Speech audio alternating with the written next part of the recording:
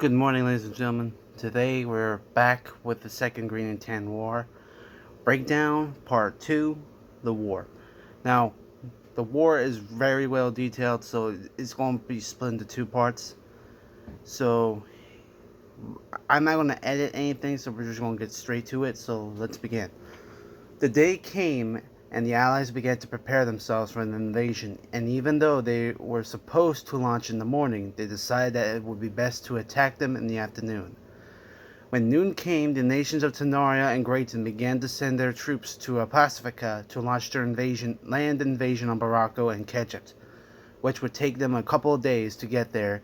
And as for Tanzania, they are waiting for their allies to reach the two nations in Pacifica and conquer them. Then they would make their move once they have been notified from their allies that they have captured Barako and Ketchut. The second day arrived, and on the morning of April 11th at 10:30 p.m., the invasion of Morocco and Ketchut began. A small unit of Graytonian soldiers led by Commander Weber has successfully captured Morocco and eliminated any threats that stood their way, and have managed to capture 15 survivors, but two of them fled to warn the other nations about their attack. The leader of Morocco and his second in command headed towards the colony of Benegal to report that the Greys had invaded their country and Tanaria was about to land their boats and troops to capture Ketchut. The general who caught hold of this report was Bulgarian General Peter Lassalle. He saw these two coming towards their border and let them cross for safety. President Zul knew that the country of Grayton was up to no good, and now since he heard that Tanaria has joined them, he decided to declare war on Grayton and their allies, while also letting Sarmasad Ketchum know that Tanaria may launch an attack on their country, which Sarmasad gave the order to his troops to fight the Tanarian invaders at Fort Mesha. The soldiers hurriedly grabbed their weapons and supplies to prepare themselves for battle. It was around 3:20 p.m. when the Tanarians arrived, and that is when the battle for Fort Mesha began. The soldiers in the Fort managed to destroy 4 armored vehicles and tried their best to not let the Tanarians capture the fort, but they lost, and a couple of officers were captured and held prisoner. Basad was worried that Tanaria would be heading for the city of Tyro, so he and the Zul began to call their allies and prepare themselves for invasion. Also, after the Graytonian victory of capturing Barako, Franz Steinheimer radioed Emperor Hirohito of Tanzania to prepare their troops for a mass invasion around their enemy nations, which Hirohito gave the order for preparation, and Franz did the same with his allies to aid their invasion. The Tanarians, however, did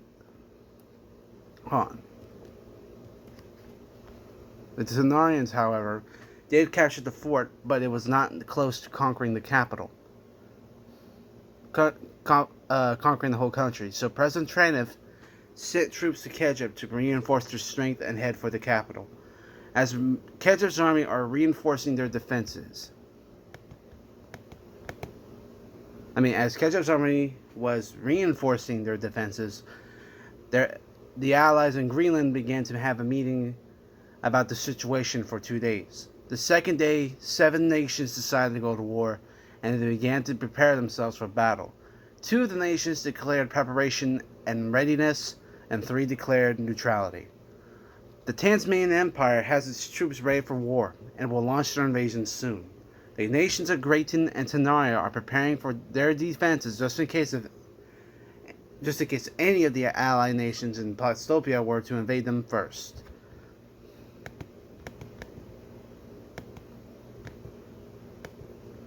Grayton and Tanaria's defenses for their borders are ready, and the reinforcements Traniff sent, or the reinforcements that were sent to Ketchut, have arrived. Meanwhile, Franz Steinheimer sent a telegram to Austria to invade the nation of Goland, and once they had Goland, they would then start invading the nation of Ukraine. Alfred Eigner and his soldiers were prepared and received the message. The troops are led by Eigner's high-ranking officer, Colonel Alex Stintz. Stents and his forces are at the border of Goland and would start their attack. The Gaulish soldiers that were guarding the border tried their best to push the Gaussians back, but lost a lot of casualties. The Gaussians had managed to capture the border of Goland, which was a start, but they too lost casualties. So Colonel Stintz asked Einar if he could send a telegram to Franz asking for more troops, which Einar complied and began sending the telegram. Since Commander Weber and a small unit of men had managed to hold the Baraccan prisoners well in the territory, Weber wanted more troops just in case if the allied nations would begin their counterattack. So he sent a radio message asking his leader for reinforcements. On the Tenarian side, however, they were about to launch their siege on the city of Tyro. Franz received the two messages that were sent to him and began to send 2 units of 50 men to both Gostia and Baracco to take care of their problems and have the rest hold defense. The Tenarian army that took siege on the city of Tyro was led by Colonel Tannington, and he was successful at capturing the city. And since they took the city, the leader of Kejep, Sarmasad, surrendered to the Tenarian Empire and are now under their jurisdiction or occupation. Gabasinia was near Kejep, and the Italian soldiers that saw the flames from the city and the Tenarian flag knew that Tenaria has captured Kejep. The soldier who spotted the sighting sent a telegram to Beto letting him know that the enemy was near their border. Beto received the telegram and immediately sent a message back with the order to prepare defenses and to not let the Tenarians take their colonies, just in case if they were planning on invading them next, actually. Trenov received the news of their victory and began to prepare his troops for the invasion of Bulgaria as well and sent a telegram to Red Hot to begin their invasion of Latopia, and another telegram for Budapest to prepare their troops and begin their attack on the southern part of Merlant. Franz Steinheimer also sent telegrams to Fezafili and Madas to aid Tanzmania and Budapest when they invade the southern part of Merlant. The Tanzmanians and their allies are ready and will launch their invasion the next day at dawn. King Harold of Basaja and Zalmadong had their troops ready just in case their enemies will launch an invasion, and their backup plan would be to fall back to Basaja to regroup their forces. The leader of Greentopia, President Give, along with the leader of Blutopia, President Buska, are going to plan their invasion on Baracco and Kejep, while Greenland and their army is being prepared for battle.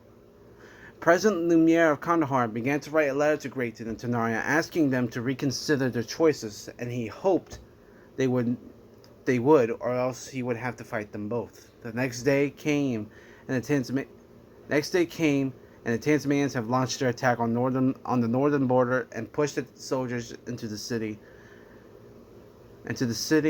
and they are now waiting for their allies Budapest and Madas to attack the eastern border.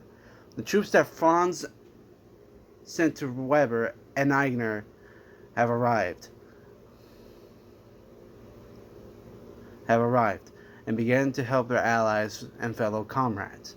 The president of Kandahar received a call from both leaders saying that they had refused to give up, which Lumiere was devastated and had no choice but to declare war.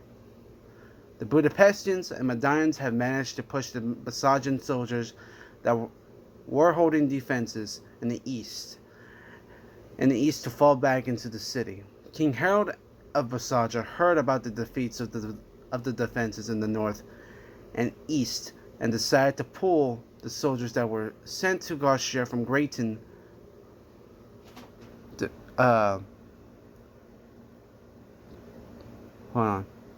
siege and defense. The soldiers that were sent to Gostia from Grayton are aiding the Gostrians with the invasion of Goland. And once they have Goland under their rule, they would then try to launch an invasion on Ukraine. The Tenarians and Rahatians have their troops ready to invade the countries of Bulgaria and Latopia, but they are going to launch their invasion in 3 days. The Golanians had set up defense on the outskirts of the city of Garsal in the forest region known as Volshik Forest. The Gray soldiers, under the command of Lieutenant Eric, and with the help of Colonel Stenzel Garcia and his forces, they have defeated their line of defense and pushed them into the city of Garsal, where they would enact their final move. The Golanian troops held the city as long as they could, but were no match for the powerful guns of Grayton's tanks or the mass of men from both Garcia and Grayton combined. The Gaulish army was almost eliminated, but a few men were left and decided to surrender to the Garcians and Graytonians. The Battle of Garsal was a bloody fight, and it resulted with Grayton and Garcia taking the victory. With the nation of Golan under their control, they would soon begin their invasion of Ukraine. And since we have enough time, I guess I will do the first few parts of the second part, and then we'll get to finish the rest. So I'll give you a minute.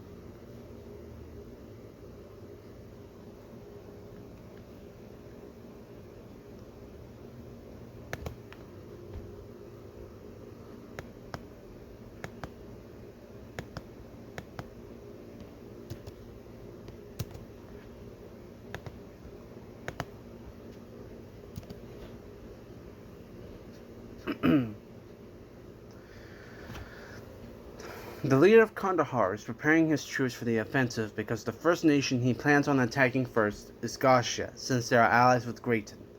Lumiere plans to launch his invasion plan on Sunday, and he hopes he has a chance to help his allies liberate themselves from their oppression. The leader of Greentopia was called by King Harold to send 2 units of men to Morlant and the country of Latopia, which one ship would be sent to Basaja, and which would also take 3 days, and the other ship will be sent for Latopia and will arrive in also 3 days. The troops that were sent to Latopia have arrived and they are all under command of Lieutenant Chernel and Lieutenant Sterner. Lieutenant Chernel and 100 soldiers went towards the capital of Lublin, while Lieutenant Turner and his 100 soldiers head straight for Bulgaria. The nation of Greenland are prepared and ready for war, so President Leon told Commander Wynne to send 300 men towards Latopia and Bulgaria. One group will go to Latopia, and the other unit will be marching their way towards Bulgaria, and the commanding officers of those units are Major Keith and Major Bush. The Tenarians began their invasion on Latopia, but it resulted with their forces to retreat. The allies in Latopia are aware of the enemy's attack and are now waiting for their next move. The Greytonians, meanwhile, have begun to strategize on how they were going to attack the Greenlandians, which they did with the help of the Greytonian General Otto Heinrich. Heinrich's plan is to first distract the Green soldiers with a bombardment from their air force, and once their air raid stops, they would then send their troops to fight the remaining soldiers in the forest. This operation was named Operation Diversion. The operation began, but it resulted with a few men retreating to the border. Now, since the Grey Army in Grayton is low, and out of desperation, Franz called Commander Weber and told him to pull out of Barranco and return to Grayton to help reinforce their defense. Commander Weber received the order and immediately told his soldiers to pack everything, including the prisoners with them, to Grayton. Meanwhile, the soldiers of Red Hot have already begun their invasion on the southern border of Latopia. The Red Hotians launched their invasion, but it too resulted in failure. Since the invasion of Latopia failed, the two nations, Grayton and Red Hot decided to hold defenses at their borders, and Tenoria decided to just invade the nation Bulgaria to get them out of the way. The Tenarians have begun their invasion for Bulgaria, while the Greenlandians prepare their invasion on Tenaria. The Kandaharians are finally going to launch their invasion on Gostia to end their plan to invade their neighboring country, Ukraine. The Kandaharians have managed to stop Gostia and made the Gostrians surrender to them, during their battle. Just a second. During their battle. The unit was led by Major Hans, but the soldiers who helped infiltrate the enemy lines was Sergeant Langton and Lieutenant Daniels. Daniels, however, was killed in combat, and Langton survived, but was injured after he was checking the corpses of the enemy. While he was checking the corpses of the enemy in the aftermath of the battle. President Lumiere heard about their success and promoted Major Hans to a brigadier general and Langton as a corporal. With Gostia surrendering to Kandahar, the nation of Goland was also liberated, and when Franz heard about their surrender, he ordered his remaining allies to hold out as long as they can. The soldiers that were sent from Greentopia and Greenland to help the Bulgarians prepare their defenses were done with their job and would aid them during their defense against the Tenarians. The Tenarian invasion force tried their best to break the Bulgarian defense, but were defeated, and a few Tenarian soldiers retreated to report to their leader that the assault on Bulgaria failed. Chernihiv was angered that these men retreated, but he needed them because he knows his army is close to being wiped out. So he ordered them to prepare defenses in the north, because he knew Greenland would try to counter-invade his nation, his country. As for the Greentopian troops that were sent to Latvia and Bulgaria to help their forces prepare for the invasion, they were called to be recommissioned to Basaja to help them with the defense of Morlant, so they already decided to pack and leave. The leader of Bulgaria, President Ozul, decided that now was the time to end their enemy's campaign to conquer Plastopia, so he ordered his troops to prepare for invasion of Red Hot. The Greenlandian troops that was also sent to those nations were ordered to join the assault of Tenaria and Grayton. The other allies of Grayton were ordered to not give up, and they all knew Grayton would be conquered next, so they looked up to Tasmania's forces to lead them into battle. Hirohito and his allies are planning to make siege on the city of Manghai, and with the help of Grayton's remaining allies, it could be a success. And once he takes hold of Manghai, he would then focus his invasion on the Salipines. The Greenlandians have managed to conquer the Tunga line and make the nation of Tenaria surrender. And since Tenaria surrendered, the nations of Red Hot and Budapest surrendered as well, along with the country of Ketchup liberated from their grasp. And the troops that were there were ordered to return home, to not face any combat, and to be occupied. Now the Greenlandians are focusing their campaign to take over the nation of Grayton and defeat their army. Franz Deinheimer knew that the Greens were after his nation, so he gathered all the remaining soldiers that he had and told them to hold the forest as long as they can, and when the time comes, they would surrender. The Greenlandian siege on Gertgen Forest was a victory because of the leadership of Lieutenant Davis. They also have captured 8 prisoners, including Commander Weber, and are now on their way towards the city of Gutsburg to confront Deinheimer. Commander Weber on the way towards the city of Gutsburg to confront Franz Deinheimer. Also, with the campaigns in Plastopia over, the Allies could now focus their attention on Tenio. This will be a break, and since I can't make videos longer than 20 minutes, I just want to say thank you for watching. The second part will come out maybe maybe sometime this weekend or next Wednesday. Also, Monday on the 23rd, I believe, there's going to be a new video, Army Men review. So, yeah. See you guys later.